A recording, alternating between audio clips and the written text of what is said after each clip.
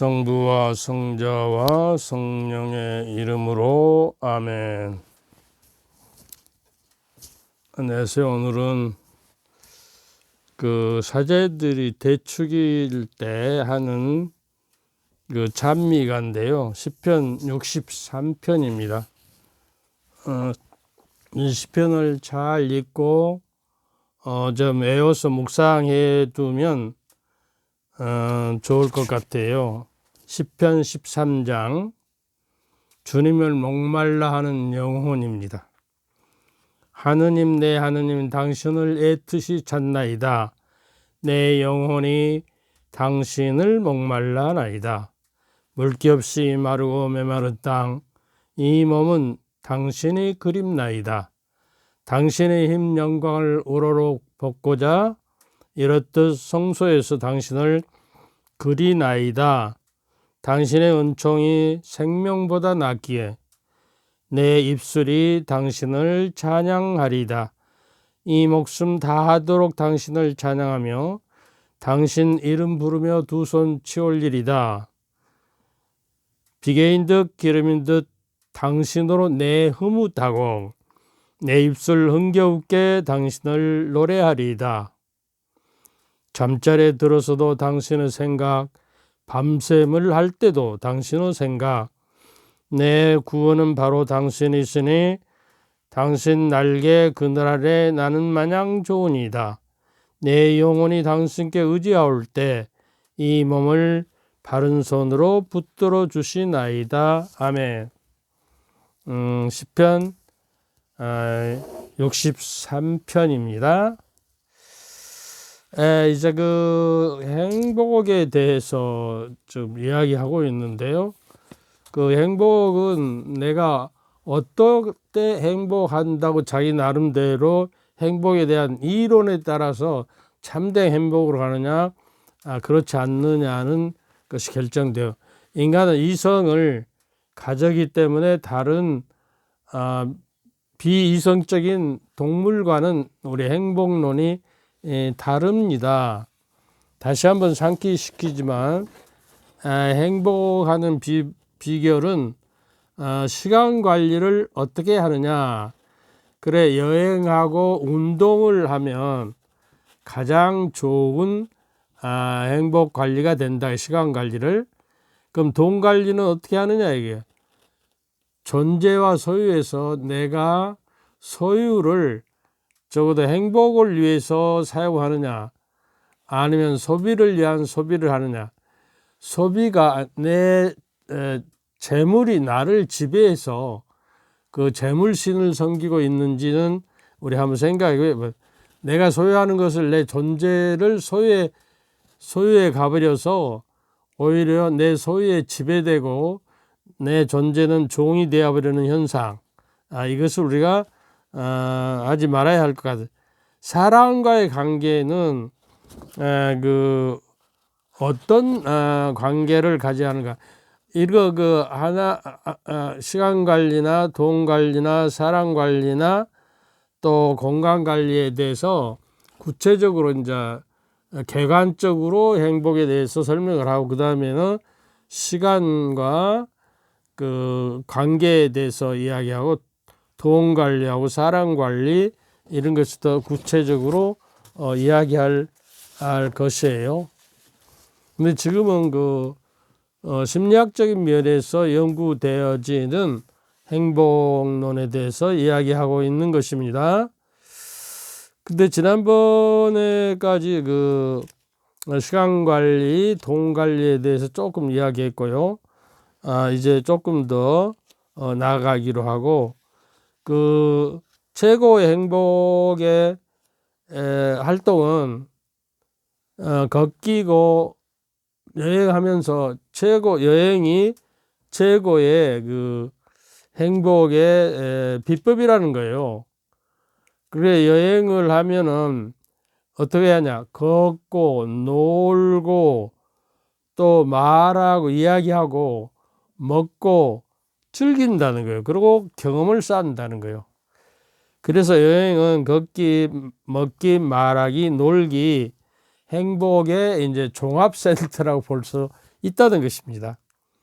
근데 여행은 행복하고자 한 사람은 그렇기 때문에 여행을 최우선순위로 하는 것이 좋을 것이다 하는 이야기예요. 그래서 여행을 위한 시간을 비축해서 적어도 무의미한 시간을 줄이고 내가 경험하고 여행한 시간을 갖기 위해서 무의미한 시간을 줄이라는 거예요. 그래서 그 TV나 인터넷이나 그 또 SNS나 문자하기 같은 무의미한 활동을 줄여서 그 시간에 운동을 하고 여행을 하는 것이 더 행복 지수가 높아진다는 것입니다. 그래서 행복은 시간 관리를 어떻게 하느냐 하는 것인데, 행복은 철저하게 시간 관리를 해야 한다 그것이요.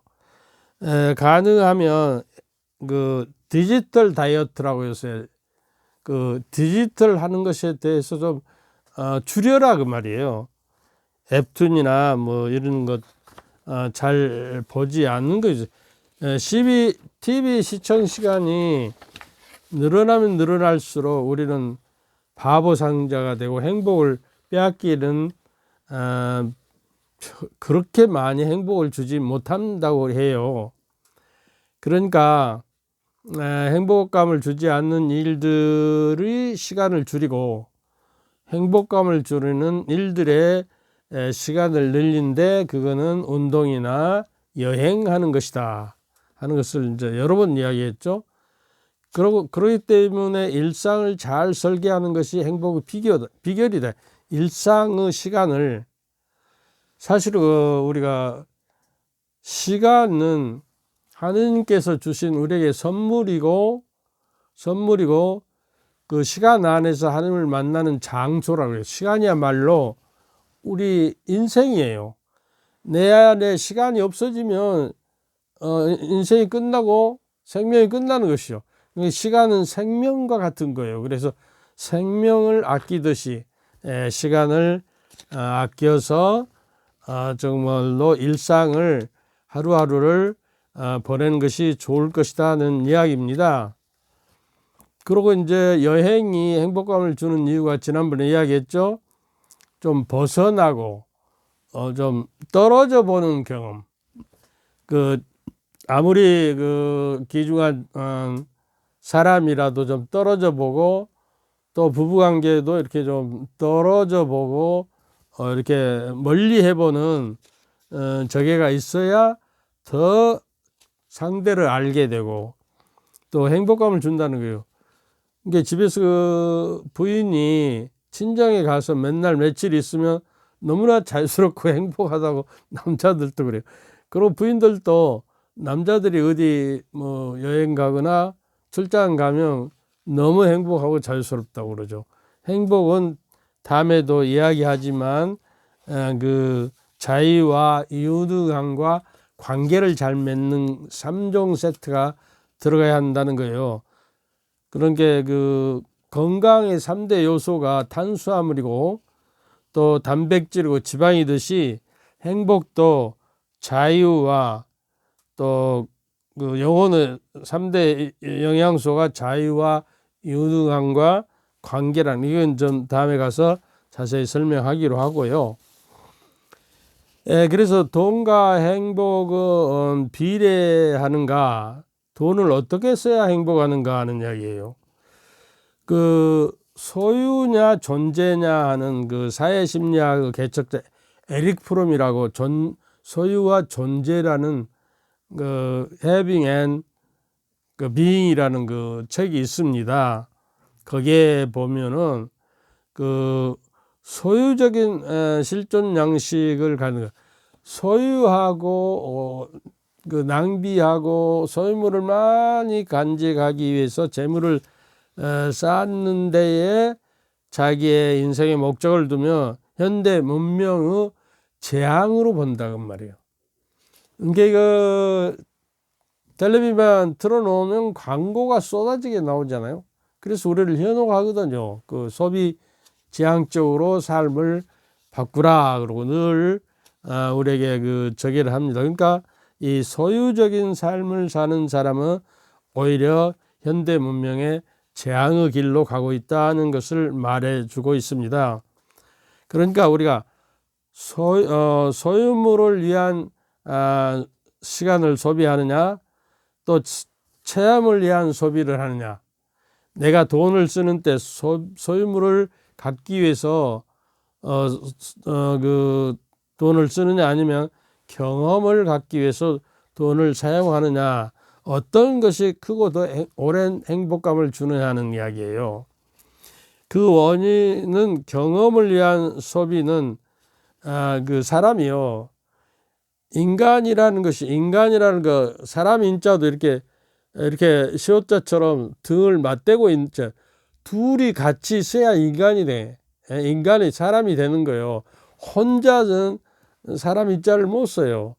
그러니까, 그리고 인간이라 할 때 간도 사이간제, 그 인간의 관계와 사이가 얼마나 좋냐 나쁘냐에 따라서 인간의 인간됨이 이루어진다는 것이죠. 그러니까 우리가 인간과 인간관계를 맺고 만나고 그러면 이야기거리가 풍부한 사람에게 여러 가지 경험의 이야기를 많이 하는 사람들에게 그 사람이 몰리게 돼 있고, 그런 사람을 선호하게 돼 있어요. 여러 가지 경험을 통해서, 여행을 통해서 다른 나라의 경험이라든가 문화와 여러 가지들의 그 호기심을 갖는 것에 대해서 많은 것을 경험한 사람, 옆에 사람이 딸리게 되고 인간의 관계가 좋은 관계로 맺어질 수 있다는 것입니다. 그러니까 어떤 여행은 인생을 바꾸지만, 어떤 여행 속에서 경험을 통해서 보고 듣고 그 문화와 저기를 보고 내가 변화될 수가 있어요. 그래서 인생을 바꿀 수 있는, 내가 좀 밍크 코트를 쓰고 아주 최고 고가의 명품 옷을 입었다고 해서 인생이 바꿔지지는 않는다는 것이에요. 그래, 내가 어떤 사고를 하고 어떤 생각을 하고 어떤 경험을 통해서 충격을 받고 내가 바꿀 수는 있지만, 어떤 고급 자동차를, 외제 자동차를 타고 하는 것은 인생을 바꿀 수 없다는 거예요. 그러니까 내가 좋은 옷을 입고 그것에 대해 자랑하는 이야기는 한도 끝도 할 수가 없잖아요. 1년 내내. 근데 내가 애국 경험이라든가 여행에서 얻은 새로운 것에 대한 이야기를 하면 이야기거리는 끊임없이 있는 거예요. 근데 군대 갔다 온 사람들은 군대 갔다 온 사람끼리 만나면 끝도 없잖아요. 군대 이야기를. 그렇게 이야기가 풍부해야 사람이 풍요롭게 된다는 것이고, 또 인간됨의 하나의 방편이라는 것입니다. 행복해진다면 돈으로 경험을 살 수 있는 것이 필요하다 그런 거예요. 자동차나 옷이나 그런 것들은 많은 이야기거리를 만들지 못하고 금방 실증이 난다는 것이죠. 그러니까 우리가 이제 어디 그 취직을 하려면 그 이력서를 써서 냈듯이, 우리는 경험의 이력서가, 체험의 이력서가 오히려 우리 인간을 인간답게 만들고 다른 사람에게 인정을 받게 되고 유능한 사람으로서 인정을 받게 되는 자유유능 관계에 대해서도 한 가지를 충족한다는 것입니다. 그러니까 경험을 사는 소비를 해야 행복하다 하는 것을 말씀드리고, 그리고 자녀들에게 그 교육을 시킬 때도 운동하는 습관을 가르치고, 또 경험에 투자하라고, 그리고 여행을 하도록 애들을 이렇게 어려서부터 길들여지면 그 행복에 투자하는 것이다. 그 대신 열심히 돈을 벌 때 경험에 투자해라 말이요. 그래야 인간이 풍요롭고 정말 그 인간답게 행복을 가지고 살아갈 수 있는 것이다는 이야기를 하고 있어요. 경험을 풍요롭게 하는 소비를 해라 그 말이죠. 돈을 벌어서. 그러고 말년에 이야기거리가 풍부하고 좋은 기억이 있으면 그것이 이야기로 되고요. 그 다음에 이제 환경이 사람을 만드는 경우가 있어요. 선한 행동을 보면 선한 사람이 돼요. 선한 행동을 하다 보면 선한 사람이 되는 것이에요. 근데 이상하게도 선한 사람은 선한 길이 자꾸 만나고 악한 사람은 악한 사람끼리 만나서 점점 악을 배우게 돼요. 선한 사람은 선한 행동을 보고 감동을 받고 간접 경험을 해서 내가 선한 사람으로 변하고 선한 행동을 할 때 점점점 선한 사람으로 변화된다는 것이죠. 그러니까 최고 영향력은 미치는 것은 환경은 주변 사람들을 좋은 사람, 선한 사람들하고 내가 관계를 맺을 때 행복해진다는 것이요. 근데 나쁜 사람하고 관계를 맺을 때 오히려 불행으로 이끌릴 수 있다는 것을 말하고 있는 것이라는 게. 그러니까 이제 주변 환경이 중요한다는 건 그 맹자의 어머니가 삼천지교를 했잖아요. 그래서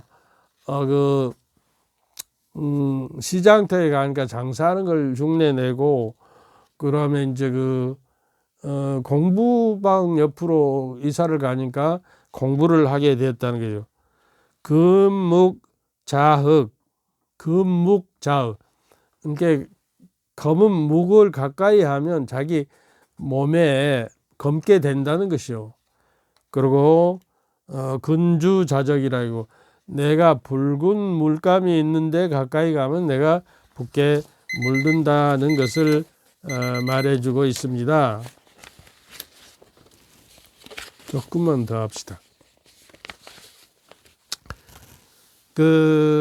하버드 대학교에 니콜라스 크리스테키스라고 하는 분이 행복도 전염된다는 책을 냈어요.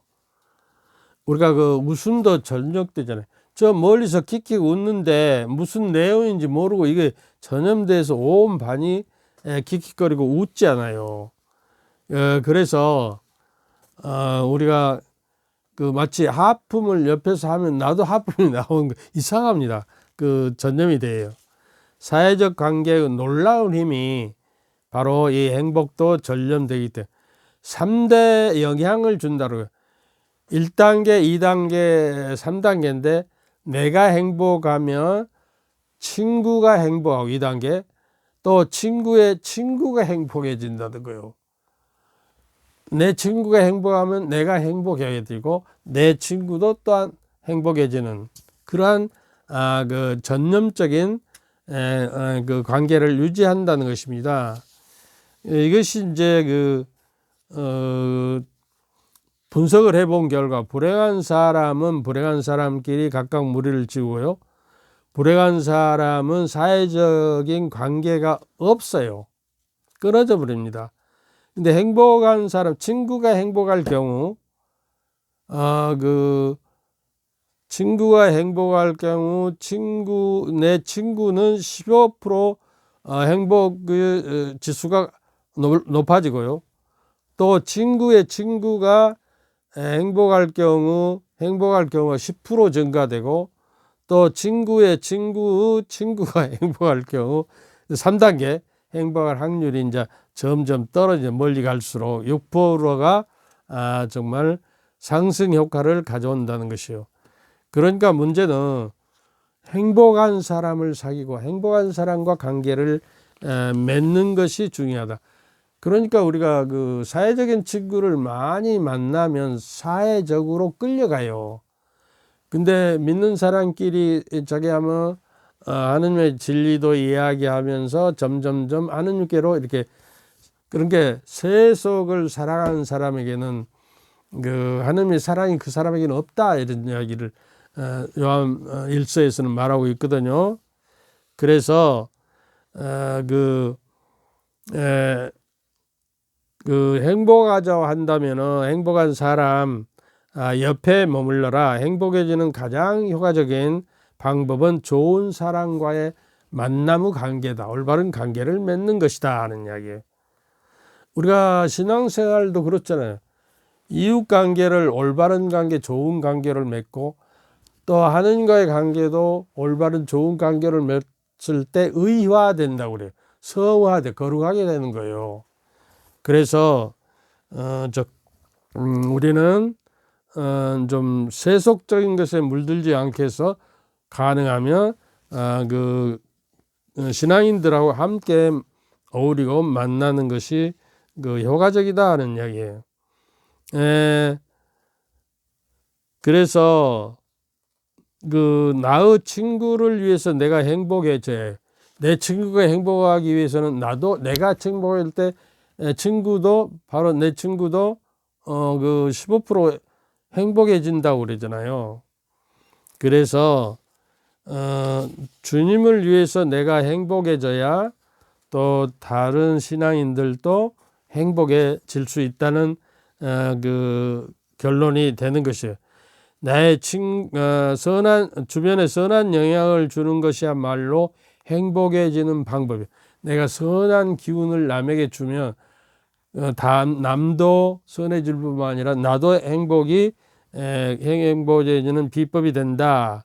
최고의 행복을 주는 상대는 연인이라는 것이죠. 사랑의 상대. 함께 있어서 가장 의미 있는 대상은 자녀들이랍니다.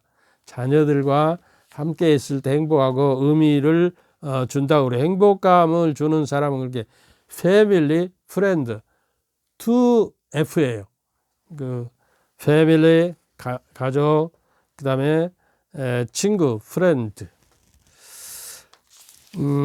그리고 이제 영혼의 3대 요소인데, 아까 이야기한 것처럼 건강의 3대 요소가 영양학적으로 탄수화물, 또 단백질, 또 지방 그러듯이 영혼의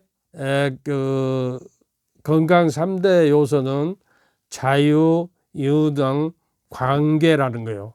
이것에 대해서는 이제 다음 시간에 구체적으로 이야기를 할 것이에요. 행복을 주는 이에 명상하고 감성 지능을 높이는 것은 기본이고요. 주변과의 좋은 관계를 유지해야 한다 하는 것이에요.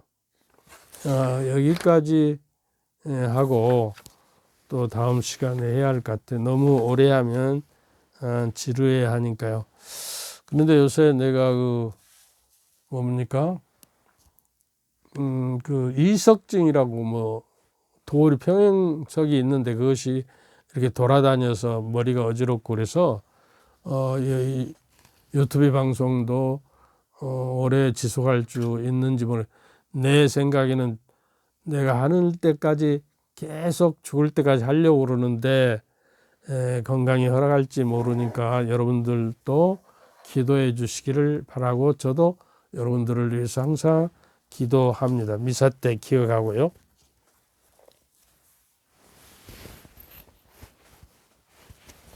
주님께서 저희와 함께 또한 사제의 영과 함께 전능하신 천주 성부와 성자와 성령께서는 여러분과 여러분 가족 모두에게 축복을 내리시어 길이 머물게 하소서. 아멘. 감사합니다.